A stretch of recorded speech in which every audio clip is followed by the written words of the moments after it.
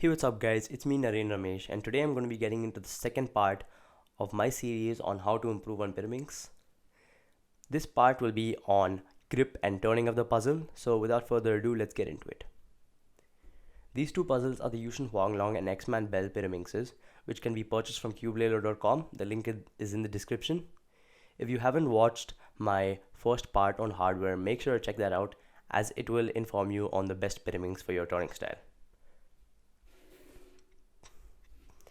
So the first step to really improving your grip is to look at your dominant hand and assess both your hands really when thinking about this. From your past Pyraminx solves, you should be able to figure out which hand you do most of your major turns on.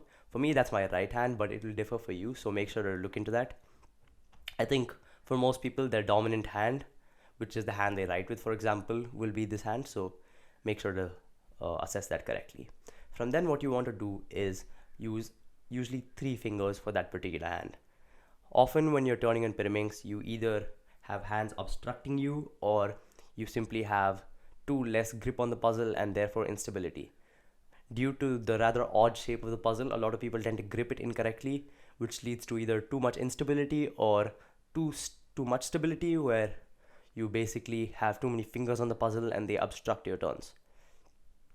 I like to balance both, to where basically my right hand, which ends up doing most of my major fast turns, has only 3 fingers gripping to make sure that there's not much obstruction, and my left hand, my non-dominant hand, has 4 fingers on the puzzle to ensure stability when turning. So my grip looks somewhat like this. I keep my 3 fingers of my dominant hand on the 3 centers on the axis. So in this case, if you have, I guess I can put green in front and yellow on the bottom. You have your thumb on the front center, your pointer on the right center, and your middle finger on the bottom center. And for your left hand or your non-dominant hand, you keep your thumb on the front center, your pointer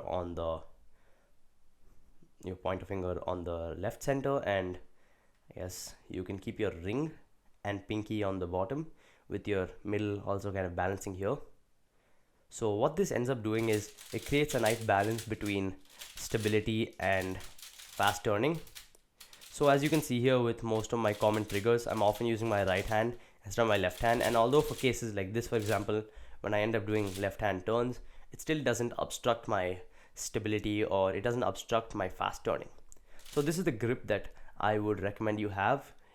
A lot of people I see either have too many fingers on, for example like this, to where they basically are obstructing their turns. Often your thumb can get in the way, for example here, especially back here where you can't really see the Pyraminx that well on the bottom layer.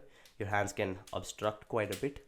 So it's one thing I noticed is that you want to have a nice balance of stability as well as fast turning, so that you can turn your best on Pyraminx. So as per grip, that's really about it. Now we'll get into turning. So obviously with turning, you have your basic finger tricks like U's, and R's and B's to a certain extent, although many people don't use them, but I will be going over all of them. So the first thing I'll be talking about is obviously R's and L's. So R's and L's are pretty straightforward. You have R, R prime, L, L prime.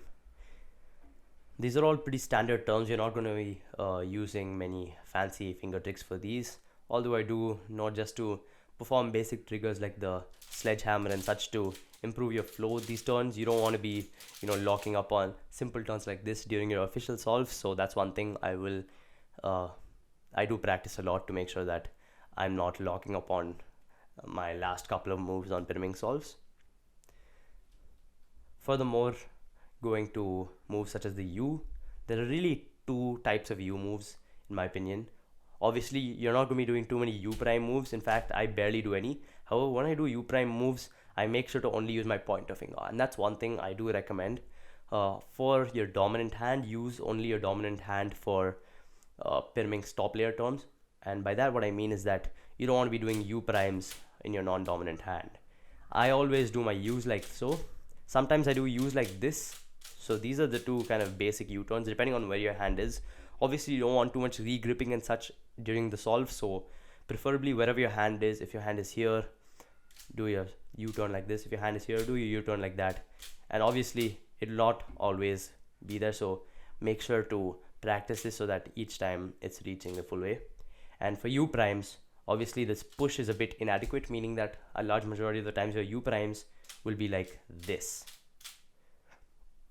Now we're coming to B turns, which are probably the most awkward on the Pyraminx, and people often do these the worst. I've seen a lot of people doing turns like these, and while for your first few moves, for example during your pickup, if you start by doing a back turn and then doing something like that, it will work out many of the times, but there are faster ways to do it that allow you to re-clip way less, so I'll be talking about that. So for B turns, what you want to really be doing is with your pointer finger at the bottom edge here, so you can do flicks, nice flicks. It's like effectively a U-turn, but from this angle. And similarly for, again, you don't want to be doing, you know, left-handed turns or non-dominant turns.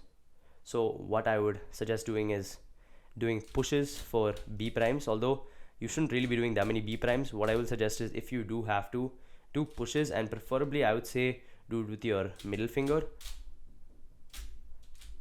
because your pointer finger tends to be a bit awkward for such things. So yeah, middle finger for pushes, and for your Bs you want to have your pointer finger on your dominant hand. So that's about it for turning. I would suggest drilling all algorithms with new finger tricks before you use them in competition or even in practice for that matter. The reason is because while learning new finger tricks, you obviously don't want hand obstruction or other things to get in the way, especially on official solves. So I'm talking about simple triggers like your obviously sledgehammers and such. You're also talking about L4E algorithms, things like that.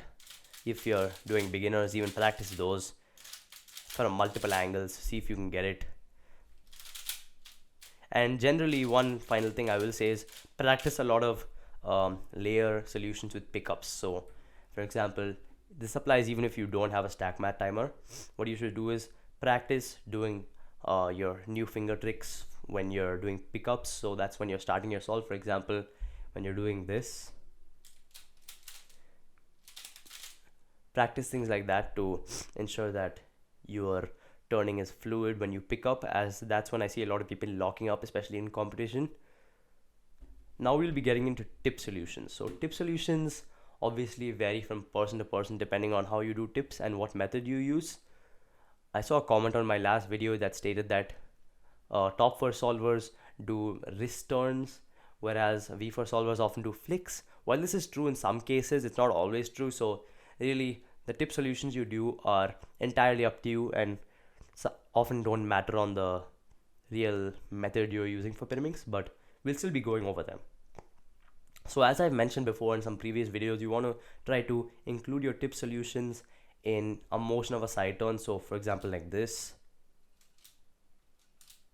or when you're doing another turn like this. So these all help save time by not spending time just to do tips. You're effectively doing tips while you're solving the puzzle, which ensures that you're not spending any extra time on doing tips. And furthermore, you should be obviously doing them in splits, like 2 in the beginning and 2 at the end. For example, you don't want to be doing all of them either at the beginning or at the end. Obviously exceptions for that can be made, like if you only have 2 or 1 tip, then solving them at the beginning is the best. But for 4 tips, make sure to always split them up. So for tip turns, you obviously have your L's, you have your R's. U's, I think you should be doing flicks. Again, I would prefer for you to not be doing this. Especially on tips, your push moves are a lot easier, so I suggest practicing those.